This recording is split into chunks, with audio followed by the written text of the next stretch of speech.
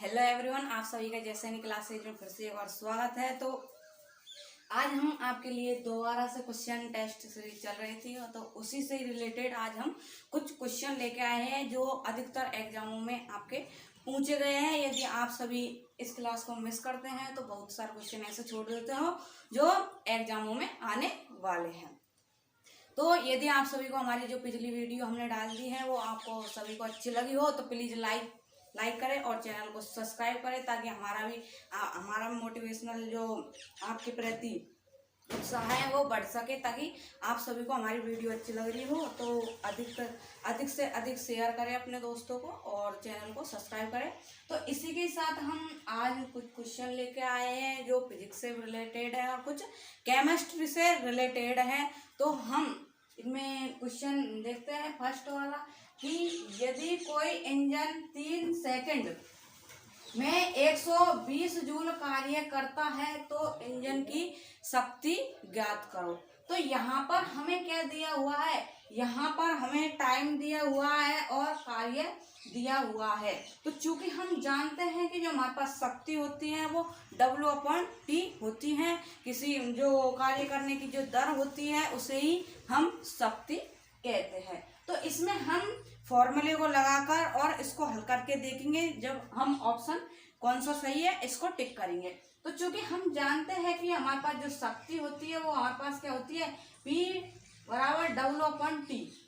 यहाँ पर हमें कार्य कितना दिया हुआ है, तो कार्य हमें 120 जूल दिया हुआ है तथा टाइम हमें कितना दिया हुआ है, तो यहाँ पर टाइम हमें 3 सेकंड दिया हुआ है। तो जो कार्य करने की जो दर होती है उसे ही हम शक्ति कहते हैं तथा जो शक्ति की जो हमारे पास SI यूनिट होती है वो हमारे पास वॉट होती है।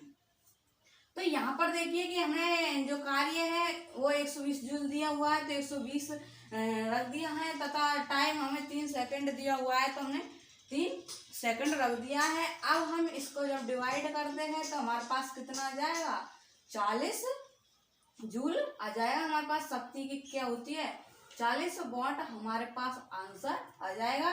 तो हमें देखिए एक ऑप्शन में 360 दिया हुआ है, दूसरा ऑप्शन में हमें 80 दिया हुआ है, तीसरा ऑप्शन में हमें 180 दिया हुआ है और चौथे ऑप्शन में हमें 40 दिया हुआ है। तो हाँ, यहाँ पर जो हमारा आंसर आया है वो हमारे पास कितना आया है, तो हमारे पास इसका 40 वॉट इसका आंसर आया है। शक्ति का जो SI मात्रक होता है वो वॉट होता है, इसलिए हमने यहाँ पर वॉट लगा दिया है। इसके बाद हम नेक्स्ट क्वेश्चन देखते हैं कि नेक्स्ट क्वेश्चन हमें क्या दिया हुआ है। तो यहाँ पर 2 वोल्ट विभवांतर के 2 बिंदुओं के बीच 10 कूलाम आवेश ले जाने के लिए कितना कार्य करना पड़ेगा। तो यहाँ पर क्या है, 2 विभवांतर, हमें 2 विभवांतर वोल्ट दिया हुआ है तथा जो आवेश चार्ज है वो हमें 10 कूलाम दिया हुआ है और हमें यहाँ पर कार्य की गणना करनी है। तो अभी पहले हम आपको ये परिभाषा बता देते हैं कि विभवांतर की हमें परिभाषा क्या होती है। तो इसमें क्या होता है कि एक बिंदु से दूसरे बिंदु तक लाने में किया गया कार्य क्या होता है, हमारे पास विभव होता है। तो हमारे पास इसका सूत्र आता है वो W/Q आता है, जहां पर हमें B का मान कितना दिया हुआ है, B का मान 2 वोल्ट दिया हुआ है तथा चार्ज हमें कितना दिया हुआ है, 10 कूलाम दिया हुआ है। तो हम यहाँ से कार्य का मान निकाल सकते हैं। यह आपके विभव व विभवांतर की परिभाषा से आपका फॉर्मूला आया है, इसी से हम इसको हल करेंगे। तो हमारे पास B = W/Q इसका फॉर्मूला होता है। तो हमें यहाँ से जब कार्य की गणना करनी है तो हमारे पास W = BQ आ जाएगा। तो यहाँ पर देखिए कि B का मान दिया हुआ है हमें 2 वोल्ट और आवेश का मान दिया हुआ है 10 कूलाम। तो यहाँ पर इसका जब हम मान रखते हैं 2 × 10 तो हमारे पास जो कार्य आएगा वो कितना आएगा, 20 जूल हमारे पास इसका कार्य आएगा। तो हम इसको ऑप्शन पर चलते हैं कि हमें कार्य की गणना करनी है। कार्य हमारे पास कितना आया, 20 जूल आया है। तो यहाँ पर फर्स्ट ऑप्शन में ही हमें क्या दिया हुआ है, 20 दिया हुआ है, जबकि 5 इसका आंसर गलत है और 40 भी गलत है और यहाँ पर जो 110 है या 10 है, ये भी यहाँ पर क्या है, गलत है। तो यहाँ पर इसका ऑप्शन क्या है, हमारे पास 20 इसका आंसर आया है। नेक्स्ट क्वेश्चन पर चलते हैं। नेक्स्ट क्वेश्चन क्या कहता है हमसे कि यदि 600 न्यूटन का प्रणोद 24 वर्ग मीटर क्षेत्र पर लगाया जाता है तो दाब की गणना करो। हमें यहाँ पर बल 600 न्यूटन दिया हुआ है, जबकि जो हमें एरिया है वो हमें कितना दिया हुआ है, 24 वर्ग मीटर दिया हुआ है। तो यहाँ पर हमें एफ का मान दिया हुआ है, वो हमें कितना दिया हुआ है, 600 न्यूटन दिया हुआ है, तथा एरिया हमें कितना दिया हुआ है, तो 24 वर्ग मीटर हमें एरिया दिया हुआ है। तो यहाँ पर चूंकि हम जानते हैं कि हमारे पास जो दाब का जो फॉर्मूला आता है वो हमारे पास क्या आता है, P बराबर F/A। क्या है, एकांक क्षेत्रफल पर लगने वाले बल को ही क्या कहते हैं, हम दाब कहते हैं। दाब का जो ऐसा ही हमारे पास जो मात्रक होता है वो हमारे पास पास्कल होता है। बार द्वारा हम वायुमंडलीय दाब या वायुमंडलीय दाब की इकाई होती है बार। तो यहाँ पर देखिए कि हमें यहाँ पर दाब की गणना करनी है, तो पहले तो हम जो दाब की जो परिभाषा होती है तथा इसका जो फॉर्मूला होता है मैथमेटिकल, उसको देखेंगे और इसके बाद हम इसको सॉल्व करते हैं। तो यहाँ पर हमारा जो मैथमेटिकल जो इसका फॉर्मूला आया वो हमारे पास क्या है, P बराबर F/A, जहाँ पर हमें F का मान कितना दिया हुआ है, F का मान हमें 600 दिया हुआ है तथा एरिया हमें 24 दिया हुआ है। तो जब हम इसको डिवाइड करते हैं तो हमारे पास कितना आ जाता है, 25 आ जाता है। तो देखिएगा कि हमारा इसमें आंसर कौन सा सही है। तो यहाँ पर हमें 144 दिया हुआ है, यह भी इसमें हमारा आंसर नहीं है। बी हमें 50 दिया हुआ है, यह भी हमारा इसमें आंसर नहीं है। 25 इसमें आंसर दिया हुआ है, यही हमारा आंसर है। और ए जो 72 है ये भी हमारा आंसर नहीं है। तो इसमें जो हमारा ऑप्शन है वो कौन सा सही है, सी ऑप्शन इसमें हमारा सही है। तो यदि आप सभी को ये सूत्र याद है तो आप ये मैथमेटिकल वाले जो क्वेश्चन है ये आसानी से कर पाओगे। और यदि आप सभी को इनकी थ्योरी ही याद नहीं है, इनके सूत्र याद नहीं है, इनके एसआई मात्रक याद नहीं है, इनकी परिभाषा याद नहीं है, तो आप इन चीजों को करने में असमर्थ होंगे। आप सभी को ऐसा लग रहा होगा कि डायरेक्ट ये फॉर्मूले कहाँ से उठ के आ रहे हैं। तो यदि आप सभी को इनकी जो थ्योरी है वो यदि याद है तो आप सभी यह आसानी से कर पाओगे। तो हम नेक्स्ट क्वेश्चन पर चलते हैं। यदि आप सभी को यह समझ में नहीं आया तो प्लीज आप अगली क्लास में कमेंट करके बताएं और उसको हम समझाने में तुरंत आपके पास सक्षम रहेंगे। तो नेक्स्ट क्वेश्चन पर चलते हैं कि आवाज की माप का मात्रक क्या है। यहाँ पर हमसे आवाज की जो मात्रक या माप का मात्रक क्या है यह पूछा गया है। तो यहाँ पर देखिए कि जो डेसिबल दिया हुआ है, डेसिबल आवाज की तीव्रता का मापक यंत्र होता है। इसके बाद नेक्स्ट देखते हैं हर्ट्ज, जो आवृत्ति के जो मापन इकाई होती है। ए मीटर है, यह विद्युत धारा की क्या होती है, एसआई यूनिट होती है, इकाई होती है। ओम यहाँ पर विद्युत प्रतिरोध या प्रतिरोध की एसआई यूनिट होती है। तो आवाज की जो माप होती है वो हमारे पास क्या होती है, डेसिबल द्वारा आवाज की तीव्रता का मापन किया जाता है। तो यहाँ पर आप सभी को ये समझ में आ गया होगा। इसके अलावा हमने आपको 3 यह क्वेश्चन भी इसमें बता दिए हैं कि हर्ट्ज, यदि आपसे पूछी जाए कि आवृत्ति की एसआई यूनिट क्या है तो आवृत्ति की यहाँ पर एसआई यूनिट हर्ट्ज होती है। तथा जो एम्पियर है वो विद्युत धारा के एसआई यूनिट होती है तथा ओम है यह विद्युत प्रतिरोध की एसआई यूनिट होती है। अब हम इसके बाद नेक्स्ट क्वेश्चन पर चलते हैं। तो नेक्स्ट क्वेश्चन हमें क्या दिया हुआ है कि निकट दृष्टि दोष से पीड़ित व्यक्ति की दृष्टि सही करने के लिए किस प्रकार के लेंस का उपयोग किया जाता है।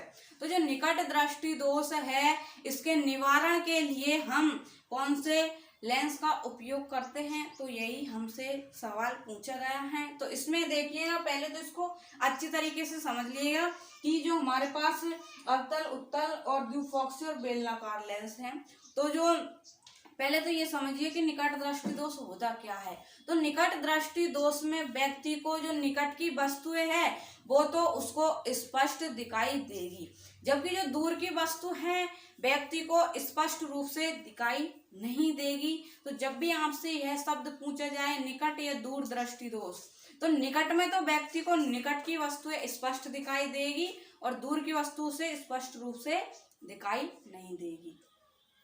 और यदि आपसे पूछा जाए कि दूर दृष्टि दोष में व्यक्ति को निवारण के लिए कौन से लेंस का उपयोग किया जाता है, तो जो दूर दृष्टि दोष होता है उसमें व्यक्ति को दूर की वस्तुएं तो स्पष्ट आसानी से दिखाई दे जाती है, लेकिन उसको निकट की वस्तुएं स्पष्ट रूप से दिखाई नहीं देती है।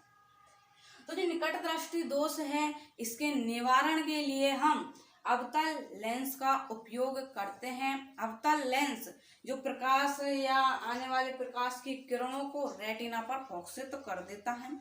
तो जो प्रतिबिंब जो बनता है अवतल ये निकट दृष्टि दोष में, वो रेटिना से पहले ही बन जाता है, तो उसके लिए हम अवतल लेंस का उपयोग करते हैं। जबकि दूर दृष्टि दोष है इसके निवारण के लिए हम निकट में तो हम अवतल का उपयोग करते हैं, जबकि दूर दृष्टि दोष में हम उत्तल लेंस का उपयोग करते हैं। उत्तल लेंस क्या होता है, जो दूर दृष्टि दोष में जो प्रतिबिंब रेटिना पर नहीं बनकर रेटिना से पीछे बनता है, जिसके कारण व्यक्ति को दूर की वस्तु स्पष्ट दिखाई देती है, निकट की वस्तु स्पष्ट रूप से दिखाई नहीं देती है।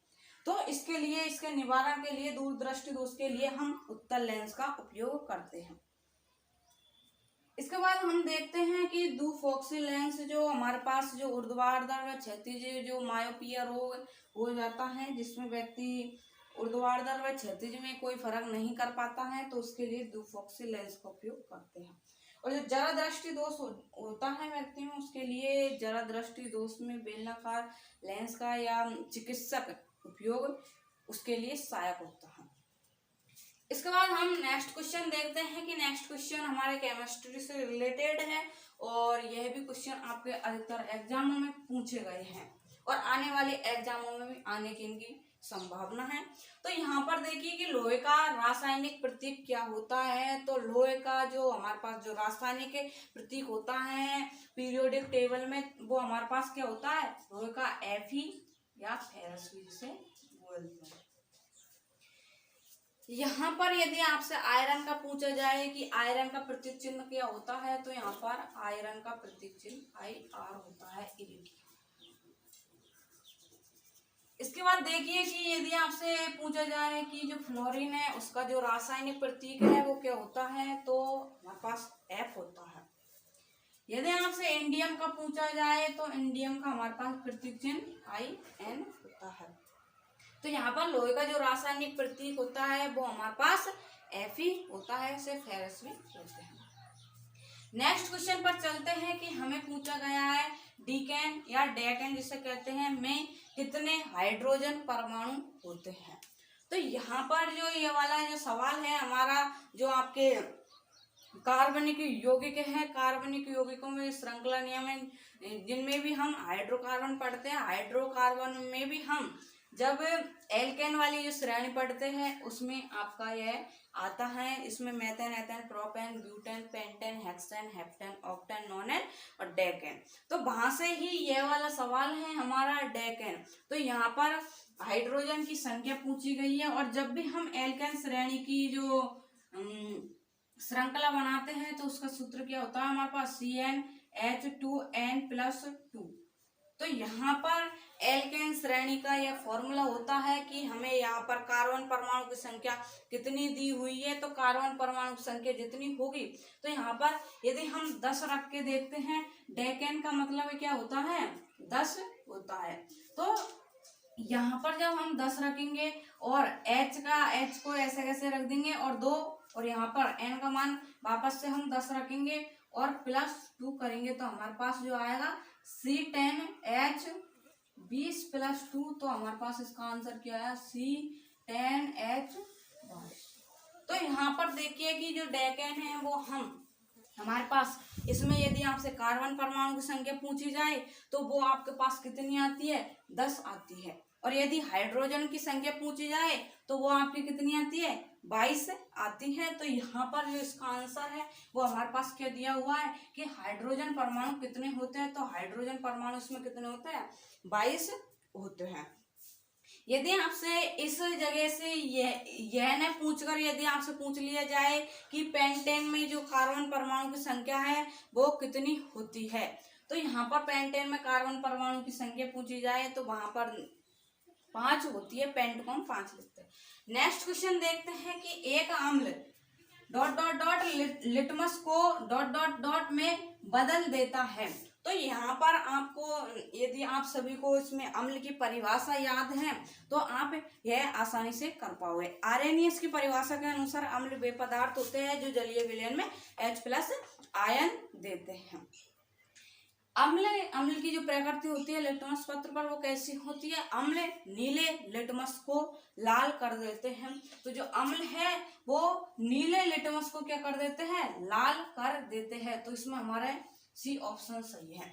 यदि आपसे पूछा जाता है कि यहाँ पर अम्ल की जगह यदि आपसे क्षार पूछ लिया जाता कि एक क्षार dot dot dot litmus co dot dot में बदल देता है, तो यदि क्षार आता तो आपका क्या आता आंसर, उसका लाल को नीला कर देता है।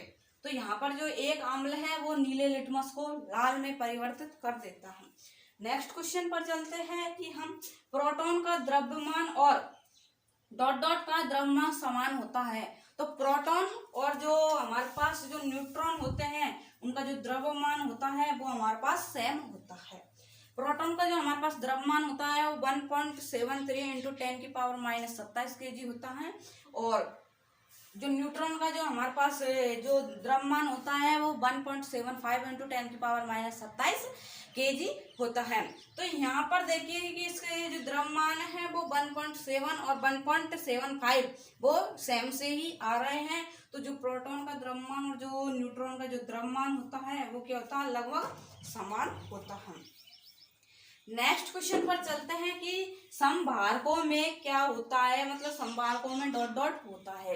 तो यहाँ पर समभारिक, समन्यूट्रॉनिक, समद्रव्यमान और समस्थानिक यह अलग अलग होते हैं। तो यहाँ पर जो समस्थानिक होते हैं उनमें तो उनके क्या होते हैं, उनकी परमाणु जो संख्या है या उनमें न्यूट्रॉनों की संख्या है वो क्या होती है, उनका परमाणु संख्या समान होती है, जबकि उनकी जो द्रव्यमान संख्या है वो भिन्न भिन्न पाई जाती है।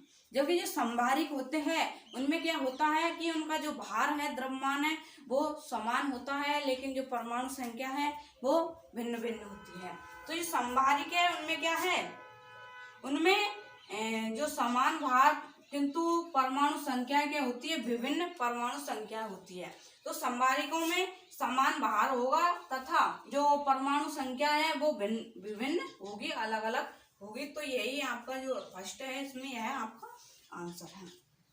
तो थैंक यू, धन्यवाद। आज के लिए इतना ही। यदि आप सभी को हमारी यह वीडियो अच्छी लगी हो तो प्लीज लाइक करें, चैनल को सब्सक्राइब करें और अपने दोस्तों तक इसे शेयर करें। Thank you.